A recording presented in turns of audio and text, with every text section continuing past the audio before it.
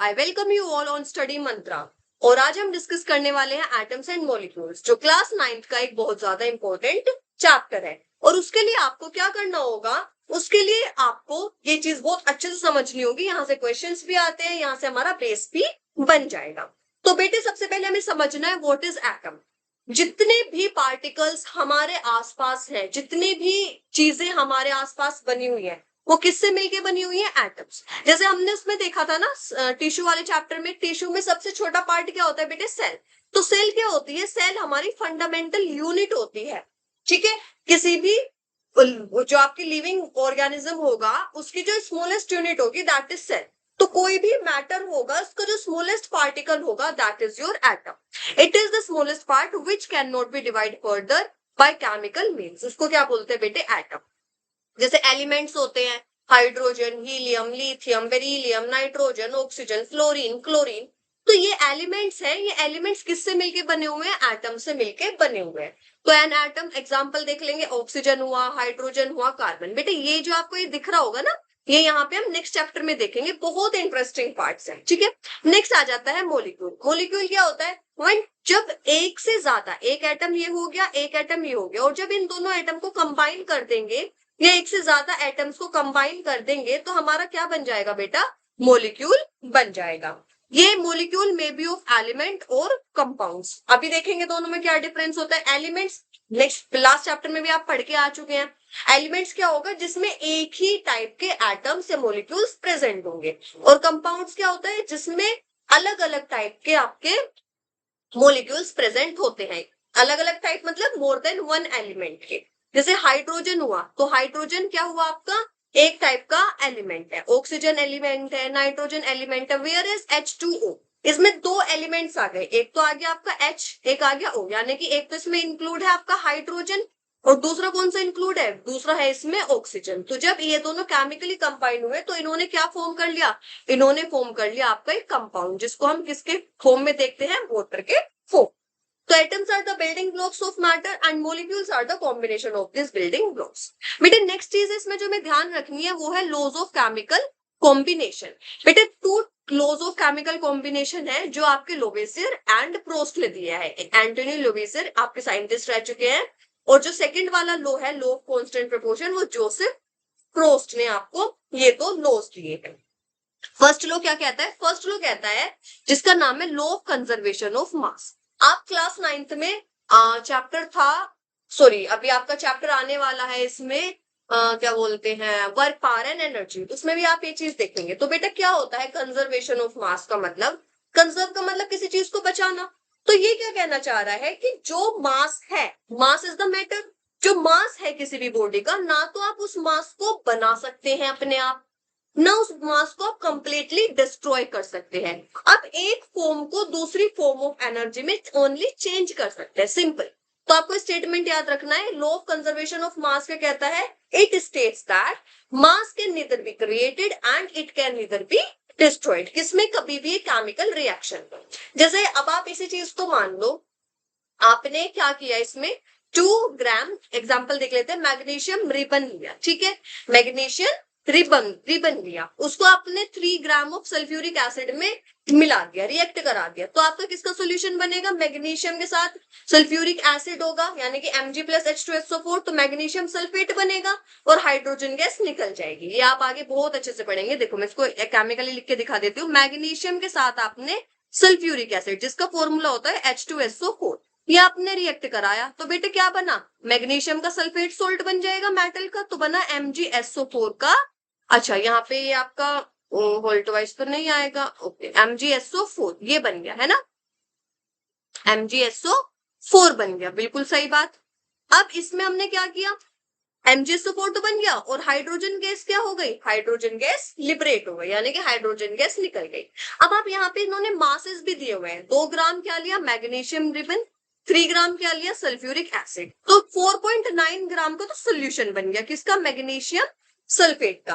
लेकिन अगर आप यहाँ देखेंगे तो इन दोनों को अगर आप काउंट करेंगे तो इसके तो 5 ग्राम बन रहा है और इधर 4.9 ग्राम, तो 0.1 ग्राम जो है वो हाइड्रोजन गैस क्या हो गई? लिबरेट हो गई। तो इसका मतलब ये थोड़ी ना हम बोलेंगे हमने तो 5 ग्राम लिया था भैया रिएक्टेंट, लेकिन हमें तो इसमें जो प्रोडक्ट मिला वो 4.9 ग्राम का ही मिल गया। ये तो नहीं बोलेंगे हम, ये बोलेंगे कि जो हमें सोल्यूशन मिला वो 4.9 ग्राम का मिला, लेकिन 0.1 ग्राम जो थी वो किस फॉर्म में हो गई, वो हाइड्रोजन गैस की फॉर्म में क्या हो गई बेटे, लिबरेट हो गई। तो अगर आप देखेंगे ये वाली चीजें जो इस तरफ लिखी है आपकी लेफ्ट हैंड साइड, इसको क्या बोला, इसको बोला रिएक्टेंट्स, है ना। और जो राइट हैंड साइड लिखी हुई है इनको क्या बोलते हैं बेटे, इनको बोलते हैं हम प्रोडक्ट्स। यही चीजें हैं। तो जब रिएक्टेंट्स रिएक्ट की और प्रोडक्ट्स बने तो जो मास ऑफ रिएक्टेंट होगा, यहाँ पे देख लेंगे, जो मास ऑफ रिएक्टेंट होगा वो इक्वल होगा मास of product. And it is always कभी भी एक केमिकल रिएक्शन में ये चीज नहीं होगी कि मास ऑफ रिएक्टेंट अलग हो और मास ऑफ प्रोडक्ट अलग हो। ठीक है, चलो यहाँ पे हम ये चीज क्लियरिफाई कर चुके हैं। बेटा नेक्स्ट आ जाता है लॉ ऑफ कांस्टेंट प्रोपोर्शन।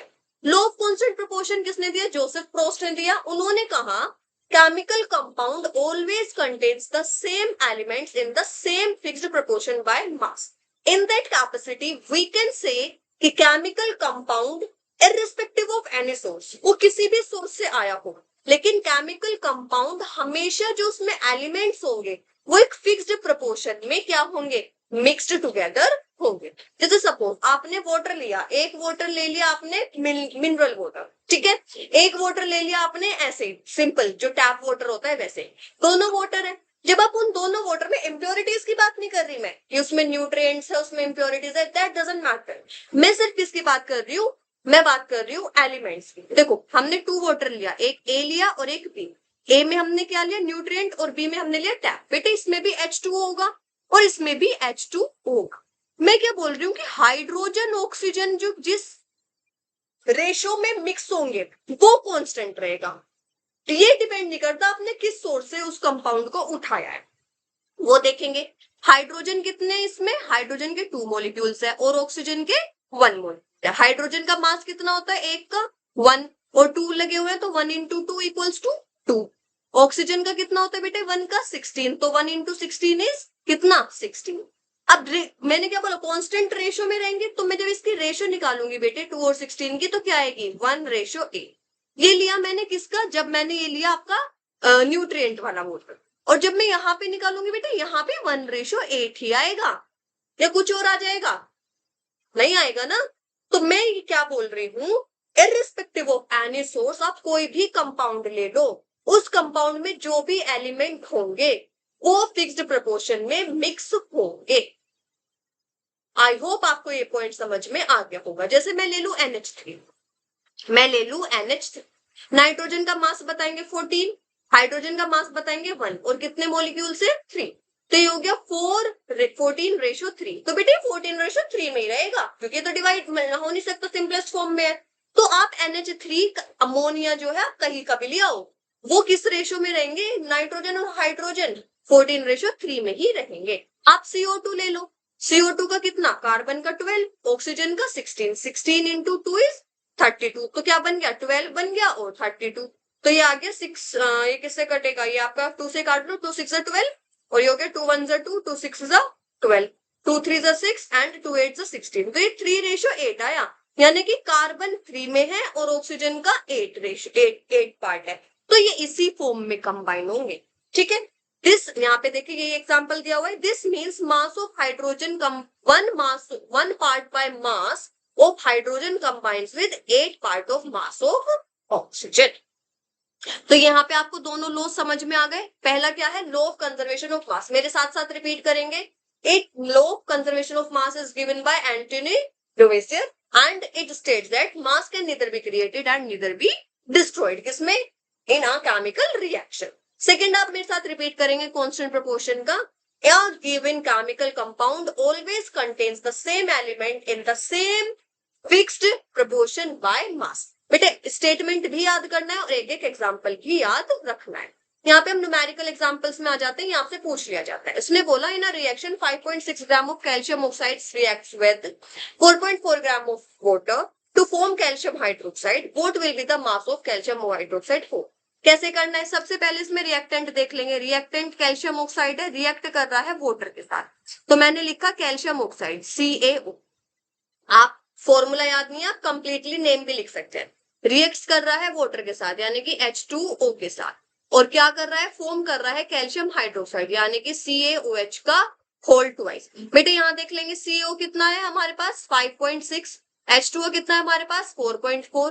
वो पूछ रहे हैं कितना मास होगा कैल्शियम हाइड्रोक्साइड का, सिंपल है, mass of reactants equals to mass of product. अब इसमें इसने बोला nothing else is coming out, nothing else is coming out, तो सिंपली ऐड कर देंगे और कितना बनेगा 10 ग्राम बन जाएगा। तो कैल्शियम हाइड्रोक्साइड कितने ग्राम होगा 10 ग्राम होगा, सिंपल। ठीक है, कुछ और होता तो हम उसको भी ऐड कर लेते। Next is numerical based on law of constant proportions. कैसे देखेंगे इसमें, इन 18 ग्राम of water the mass of hydrogen is 2, very good. What is the mass of oxygen, मैंने कहा एक 18 ग्राम मैंने क्या लिया, वाटर लिया, जिसमें हाइड्रोजन भी होगा और ऑक्सीजन भी होगा। हाइड्रोजन है मेरा 2 ग्राम, तो वो पूछ रहा है आपसे, क्या पूछ रहा है कि जो आपका ऑक्सीजन होगा उसका मास कितना होगा। तो बेटे मुझे पता है क्या रेशियो होती है ऑक्सीजन और हाइड्रोजन की, सॉरी हाइड्रोजन और ऑक्सीजन की 1:8 होती है। उसने बोला कि 2 ग्राम मेरा क्या है हाइड्रोजन, तो 1 पार्ट हो गया मेरा, 1 की वैल्यू कितनी हो गई, 1 पार्ट की वैल्यू 2 हो गई।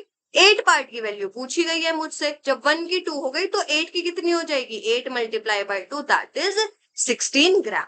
तो मेरा 16 ग्राम क्या हो जाएगा बेटे, वाटर हो जाएगा। ठीक है, और एग्जांपल देख लेते हैं, जैसे कैल्शियम हाइड्रोक्साइड, ये मैंने आपको बता दिया। ठीक है, यही बोला ना हाइड्रोजन, हाँ ठीक है, इसने ना सिंपलेस्ट फॉर्म में करते हैं, जैसे 3 को हम 1 2 3 8 को अगर हम 3 से डिवाइड करेंगे तो 1 3 2 6 और 8 में से 6 गया 2, पॉइंट लगाया कितना आ गया 0, 3 6 18, तो 2.6 आ गया ना, तो 1.1 रेशियो 2.6 समथिंग। तो वही चीज बताइए आप, यहाँ पे भी 3:8 है ना, आप सिंपली यहाँ पे भी छोड़ सकते हैं।